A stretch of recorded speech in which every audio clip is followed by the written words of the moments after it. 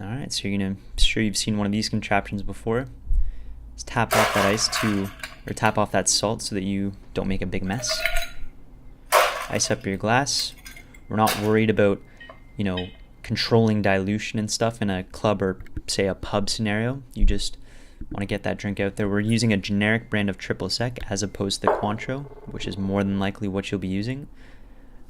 Here we're going with 1.5 ounces of tequila. Depending on where you're working, it might be less. It probably won't be more, but it certainly might be less. And then just a generic sour mix. This could be in a big old jug that you make from powder, or it could be from a gun even. We're just gonna top it off.